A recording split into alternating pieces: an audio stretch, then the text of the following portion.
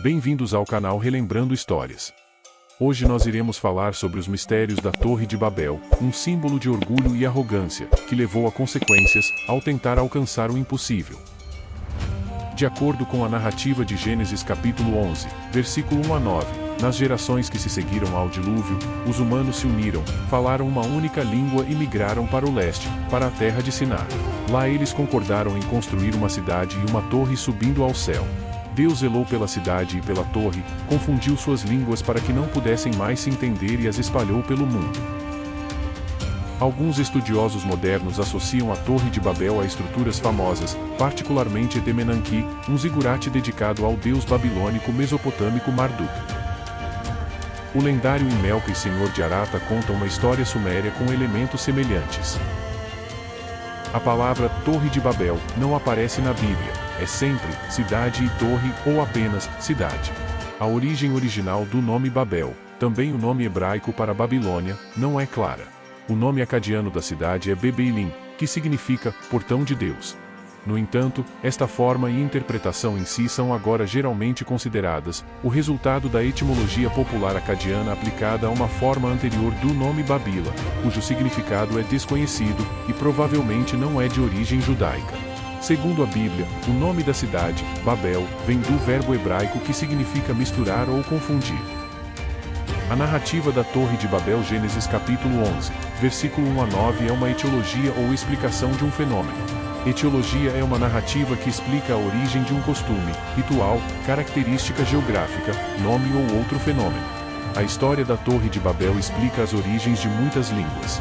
Deus temia que os humanos estivessem blasfemando ao construir torres para evitar um segundo dilúvio, então Deus criou vários idiomas.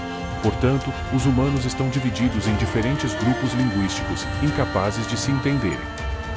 O tema desta história, a competição entre Deus e os humanos, aparece em algum lugar do Gênesis, na história de Adão e Eva no Jardim do Éden. Uma interpretação judaica do primeiro século, encontrada em Flávio Joséfo, descreve a construção da torre como um ato arrogante de desafio a Deus, ordenado pelo arrogante tirano Nimrod. No entanto, existem também alguns desafios modernos a esta interpretação clássica, como a ênfase no motivo claro da homogeneidade cultural e linguística mencionado na história. Ler o texto desta forma vê a ação de Deus não como um castigo ao orgulho, mas como causa das diferenças culturais, e apresenta Babel como o berço da civilização. Na história da construção da Torre de Babel, os estudos bíblicos modernos negam a autoria do Pentateuco, mas as opiniões divergem sobre a questão da autoria. Muitos estudiosos defendem uma espécie de hipótese documental que sustenta que o Pentateuco é composto de vários materiais que foram posteriormente reunidos. Estudiosos, minimalistas, tendem a ver os livros de Gênesis a 2 Reis como escritos por um único autor anônimo durante o período helenístico. Linha paralela entre a Suméria e a Assíria. Existe um mito sumério semelhante à Torre de Babel sobre Imercar e o Senhor de Arata. Imercar de Uxi construiu um grande zigurate em Eridu e deu a Arata os materiais preciosos necessários para sua construção como um tributo. A certa altura, ele implora Enki que restaure a unidade linguística das terras habitadas de Subartu, Amazi, Suméria, Uriki e Martu, o universo inteiro, na tradução de Kramer, destruição. Na tradução grego-romana entre os mitos gregos adotados principalmente pelos romanos está o mito conhecido como Gigantomachia, a batalha entre os gigantes e o Olimpo. Deuses que detêm a supremacia sobre o universo. No mito de Ovídio, os gigantes constroem montanhas para alcançar os deuses do céu, mas são repelidos pelos relâmpagos de Júpiter. Estudiosos bíblicos suspeitam que o autor do Gênesis estava familiarizado com o mito da gigantomachia, e o usou para escrever a história da Torre de Babel. Em Gênesis capítulo 10, versículo 10, diz que Babel fazia parte do reino de Nimrod. Embora a Bíblia não diga especificamente que Nimrod ordenou a construção da torre, muitas outras fontes ligam a construção da torre a Nimrod. O relato de Gênesis não menciona a destruição da torre. Pessoas cuja língua era confusa simplesmente se espalharam pelo mundo e pararam de construir cidades.